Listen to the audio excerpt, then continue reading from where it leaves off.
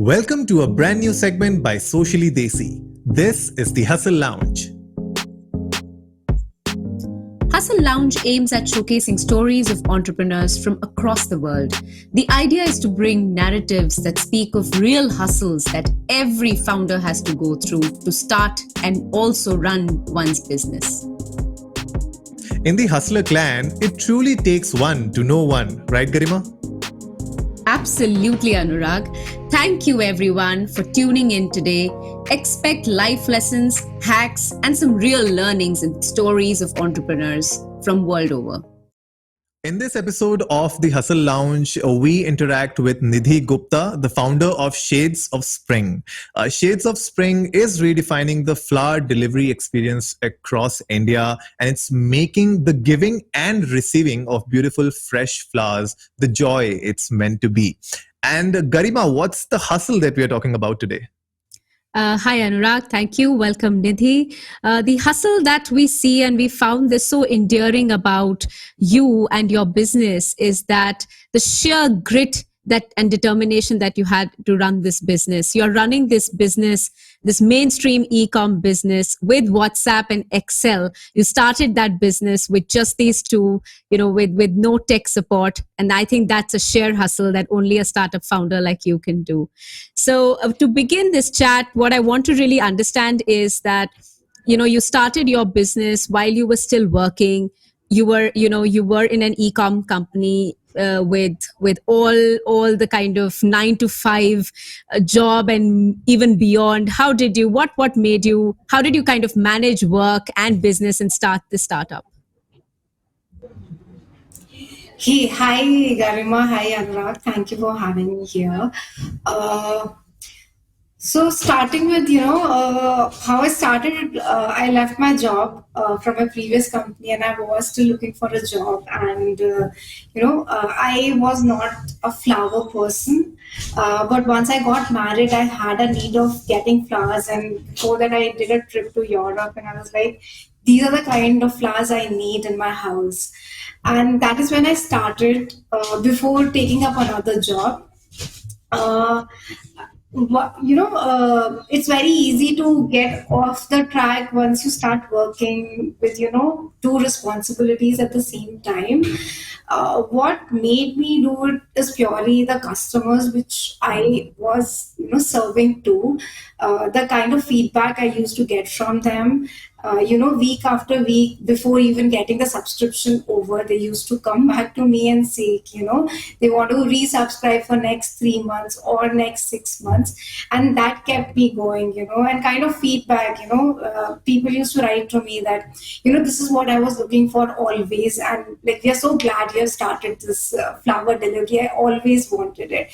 And these are the kind of things which made me feel that I'm going in the right direction, because it was a new concept in India, and it was not something which was already experimented, or there was someone who has already done it, and okay, in the Indian market will work. So yeah, like purely like the customers used to be so good that we always wanted to okay, I have to give them and I have to serve them. So it was like, Wonderful, wonderful. And Nidhi, like generally, what happens on a with a e-commerce business is that founders, they start off with an app or a website, right? Because that's what glamorizes the whole industry of e-commerce. Because you want to have a very sexy app, and you want your customers to have that UX experience, the top of the line. So people generally start off with that. But I think you took a different route, right? Like Garima said in the start, you started with WhatsApp and Excel, right? So what was that key decision maker here that made you to start this business with just these two things? So the first thing was, I was testing the model, and I wanted to have a better understanding before even, launching a website. Subscription is not, people take subscription of Netflix, or all these subscriptions are very common, or the subscription which is milk basket. So milk and all are very common subscription, but the softwares for them or website is not something which is very easily available. So and the testing was also a very very important thing. And plus at the same time, I till now my company is bootstrapped, so we didn't had luxury to spend like today I want this and I'll get it. It was always like does it make sense cost wise to invest in this thing at this point in time or not. So it was, I think after 7 8 months of running this from weekend to weekend, I only used to operate on Saturday Sunday because the Monday to Friday was work. So after 7 8 months, I was like, no, I have to launch a website. And we could have taken a decision to launch an app, but again it was a cost decision because it takes certain amount of money to invest in an app and then to get it live. So we're like, no, we'll start with a website and we'll start and see how it can also be built, because our features are very unique. Like we provide pause and resume to a customer, we provide a selection of future date, which all these things sound very simple, that yeah, that this should be available always, this is very like, everyone has it. But these are the things which are very very difficult to implement. It's not available. We have custom done our website at least 2 to 3 times to reach to a position where we are as of now. So yeah, so yeah, like that's about the entire thing. So, Yeah. Fantastic. And you said you ran your business Saturday to Saturday because Monday to Friday you were in your full time job, and that's a sheer hustle to, get in from one full time job to then move in from Saturday and then again look at those WhatsApp messages and Excel sheets and kind of run this business. But what made you? What was that point that made you quit your full time job? Was it a number that you had in mind, or was it more conviction that you got with traction or some validation, or what was that point of action? And I think that will really help our listeners and viewers, a lot of folks, when I think this is a very tough decision, right, Nidhi, and especially for a full-time working professional who's been doing this for very long, to quit that paycheck and say, okay, now I want to do this full-time, and if I'm realizing something on Saturday, I want to also invest my Monday to Friday there. What was that point in your life, if you can recap that for us? So when I started it again, it was never like that, it will become a big business or where I am here. I never imagined it. So it was a one step at a time. And there was a point when I was like, okay, what I am doing parallelly is something which people wanted as a full-time thing, and it need a lot of other things also to make it very fruitful thing for your customers, because at one point in time you need to be very honest with your customers also, right? That if because we wanted to we saw it as a becoming a flower company of India. And it came gradually. It was not like on day one I wanted to become that. On day one I just wanted to give flowers to the customer and just make their homes pretty. But gradually it sounded like, okay, I had 200 customers and I have to serve them, and they also want class on other days. And if anything goes wrong on Saturday Sunday, I had another Saturday Sunday to work on it, because Monday to Friday I was full packed with my current job. So I was like, this is a business and I want to give it a full time shot.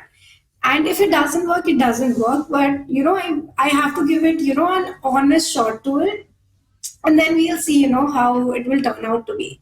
So yeah, that is when we also put as a company incorporation, and launched a website. We put our money, invested little money. Since I was working that time, I had a luxury to invest money on certain things. So invest money on website, and yeah, got everything done.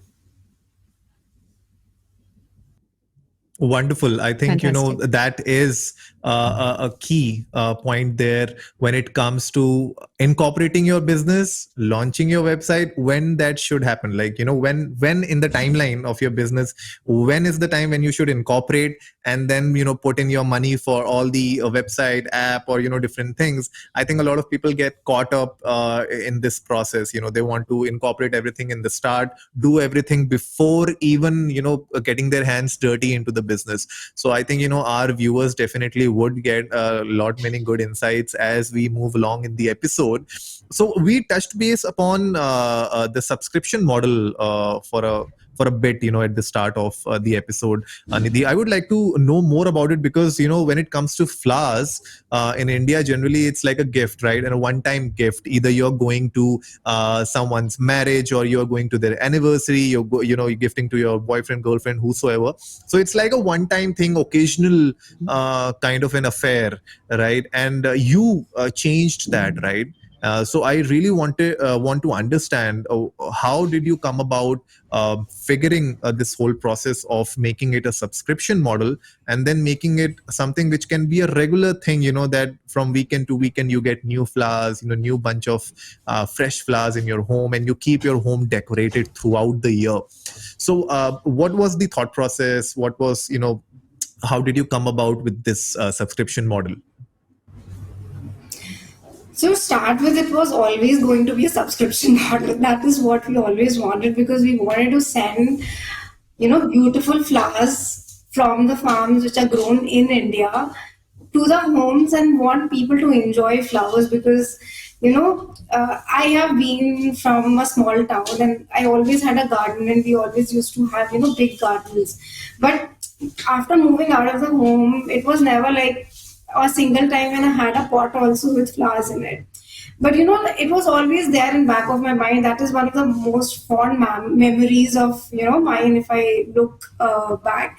So it's like I want to give beautiful flowers to people, and when I got married, and we wanted to also look into how the market is, how the local flower market is. Me and my husband, we went. Me and my husband, we went to the local market. We picked up lilies, like it was a bunch of 10 lilies. We got it to our home, and when it bloomed, and the fragrance which it gave at that point in time, I can still have that fragrance.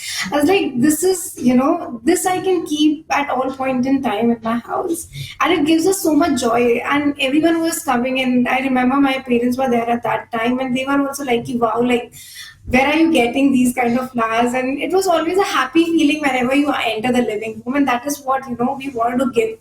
It was always a subscription model, and till date also, that is one thing, we want to keep it very honest at the lowest price. We don't make much margins there, because we want to deliver flowers, and we want people to love flowers and understand flowers. Because in India, when we started, and I personally knew only rose and orchid, and lily also I knew by name, but not how it looked like.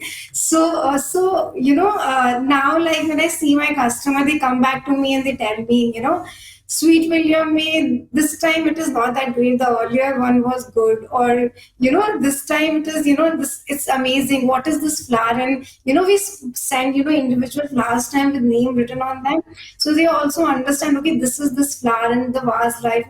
It has changed a lot, like, since we started till now.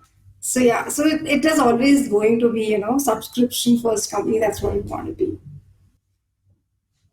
Fantastic. But when it comes to somebody who wants to start a business, right, especially an e-commerce business, when and why should they get into subscriptions? Because, like, for you it was always a subscription model that you had in mind, but for a lot of people that may not be the case. So what would be your advice to entrepreneurs who are looking for an e-commerce business, or maybe thinking about it, and they're stuck whether they should do an subscription model, or do like a one time buy thing? So what would you recommend, and why, and when should they start? So, it's about working a lot on your product, what you are offering.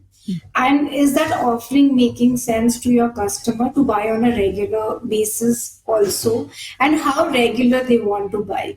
Ours is a weekly thing. When we started, people said, why don't you give flowers daily? Like, it's not required. It stays fresh for a week, and you need it post 1 week only. And then, but different customers had different needs, right? So it was we have worked on a product from scratch. We made sure like we're giving the excellent product which is there, which people don't have. Second, what is that hidden need which customer has? There is in a food industry. We are also experimenting with, not experimenting, but thinking that when I go home and I want to cook meal, I don't have time. But if I have everything cut in with all the ingredients, I would love to make my own food. So identifying those needs are very important for any business, and not all business can go into a subscription model, right? People would also want to buy it at certain frequency. Some businesses doesn't make at all sense to go into subscription, like clothing business. But clothing also, specifically if you have t-shirts or any other clothing, if there's another side, then you can get into. So it's all about your product and how you are solving a specific need with that product. And you don't have to solve the need for each and every customer which exists. You have to solve the need for customer. There has to be enough people who want that product, but you can't solve it for everyone that's there. So you create the variations, and you play around that. So I'll give you an example. Like a lot of our customers, like we have still not started, but they ask us to, they have a lot of pets in their house, or someone is not allergic. So, we have to start a pet friendly option, but we are still, in the product stage only. And we have not, and it's been like our business is now, more than 2 years old. We are still, have not launched, because we know we are not there, because it need to be right when you have to launch. And we know there's a market, it's a sizable amount of market, but launching is not the only thing. You need to work on the product a lot. Yeah. Yeah. No, makes sense, and very, very well said in terms of identifying the need, the real need, and the hidden need of the customer. And I think everybody here is just trying to get to that, right? What really? So since you are looking at these flowers which are coming directly from local farms, how difficult is that barrier to deal with, to source it locally. I'm sure you have a model which is making sure that they are far more profitable in sort of dealing with you vis-a-vis whatever else they are trying to do. How difficult is it? Is local issues like delivery or language a barrier for you? And if it was, how are you overcoming that? So yeah, so I started Shades of Spring, post 3 months from moving to Bangalore. I had no idea, how the Bangalore looked like, or what are the areas in Bangalore. And local language, I'm still, I can understand little, but I'm not, very well versed with the local language. So initially, it was lot of struggle, because a lot of farmers who come around from around Bangalore, they only used to speak local language. So it was one step at a time. For me, getting to the source was very important. And with the wholesalers in place, it's very difficult to get to the source, because you don't get contacts very easily. So I used to search on Facebook. I used to search on all the channels which are possible, or if I've overheard any of the names, or there's the packaging which comes to wholesaler, someone has written their number. I used to search for the farmers, that okay, how to get to them. But then once I've gotten to the farmer network, there the language is not a problem, but the trust was something which needed to be built.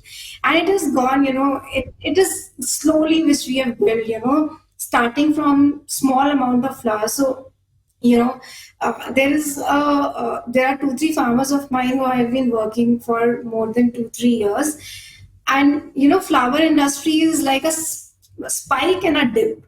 So in a spike, you get very good price and all that, from the farmer point of view, I'm saying.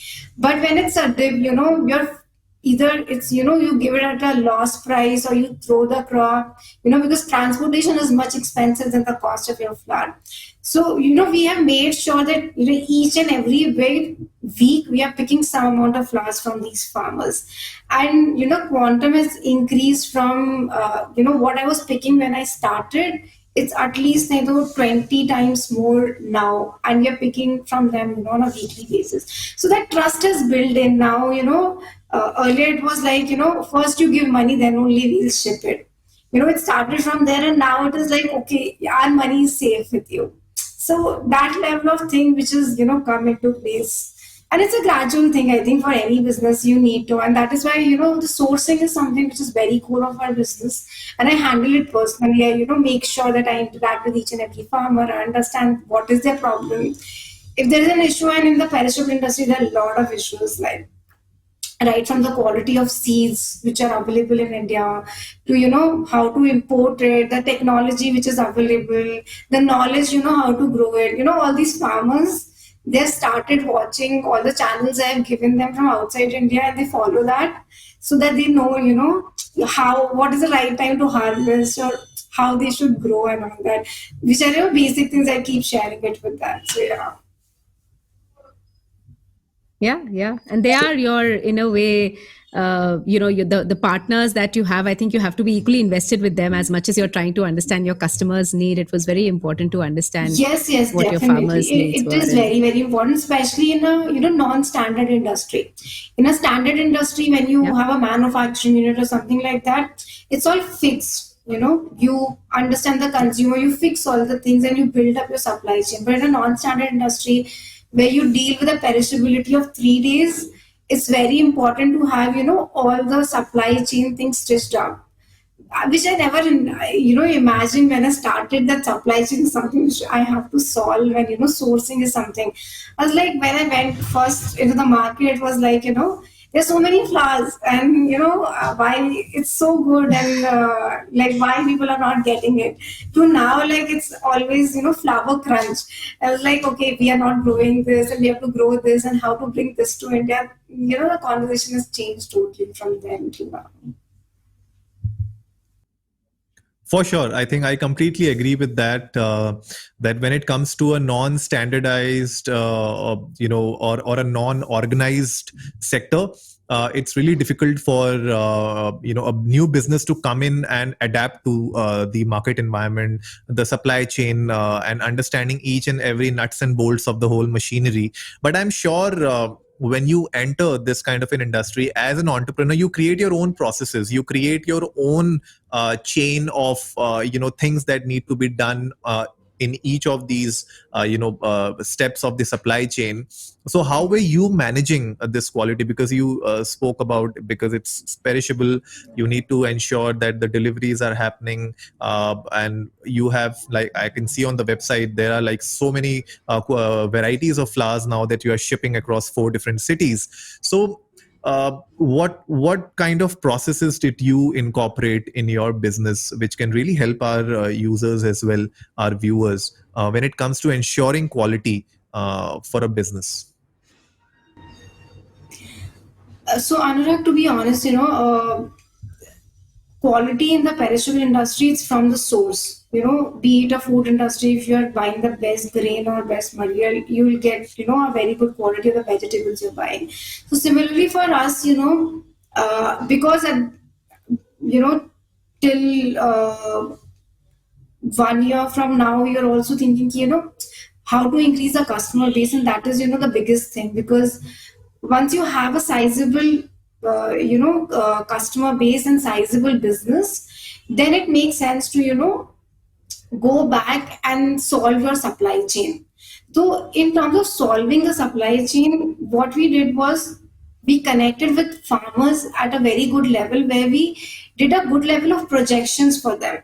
So, and we gave them surety that if you grow something, or if we have gotten or imported seeds from some vendors and given it to them and told them, this is something which we entirely take, and this is the harvest rate you don't have to worry about. We will take it, we'll consume. You just grow and grow a good quality flower.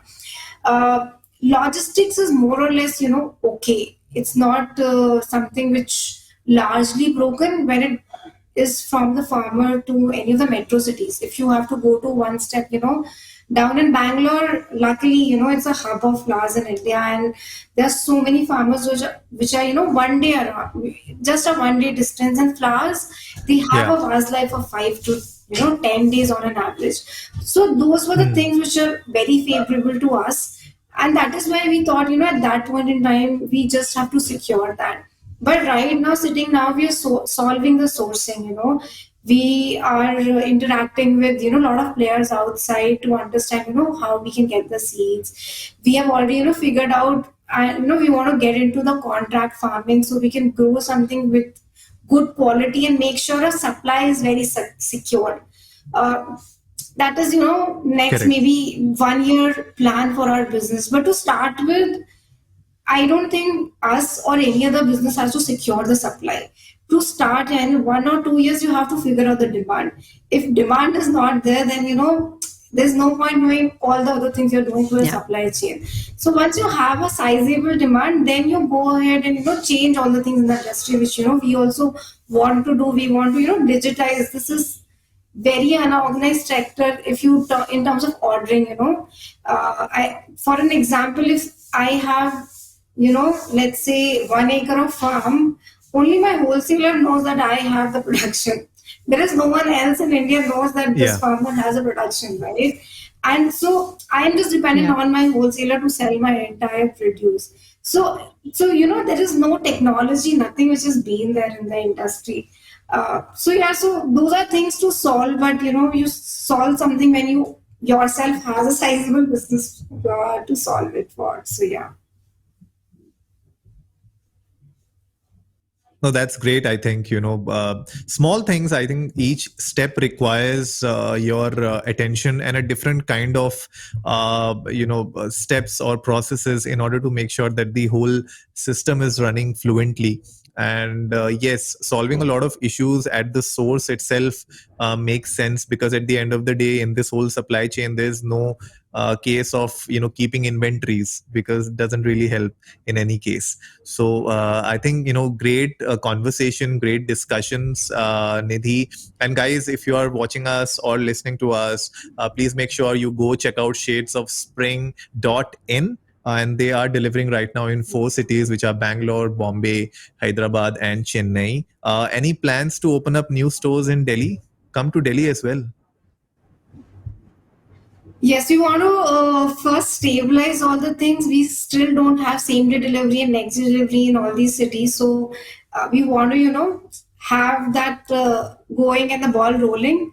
Because once we know, how to do it, then it would be very easy to replicate in all the other cities. Yeah. Wonderful, wonderful. Garima, any closing thoughts? No, I think this has been a fantastic chat, Nidhi. The amount of time you have spent, on both ends, I would say, of the business to understand sourcing and spend time with your farmers, and you've spent equal amounts of time with your customers, and very, very endearing to see the kind of feedback you have taken from customers and grown your business with that feedback.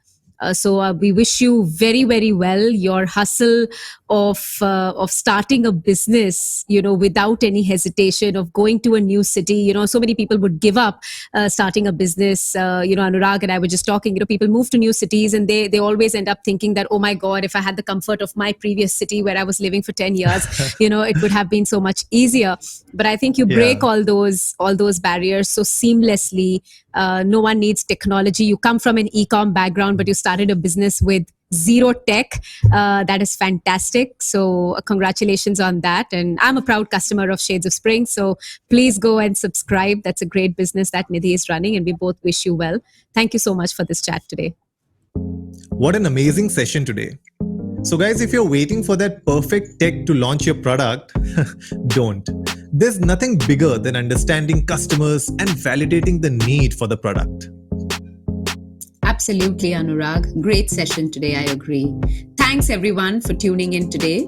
If you want to reach us for suggestions with the stories you would like to hear, or in case you have a hustle that you'd like us to share, or you know a hustler, please do reach out to us. You can email us at hustlelounge@sociallydesi.com. Until next time, please share this story, share your thoughts on the shades of spring hustle, and don't forget to subscribe to the Hustle Lounge. See you next Tuesday. Keep hustling.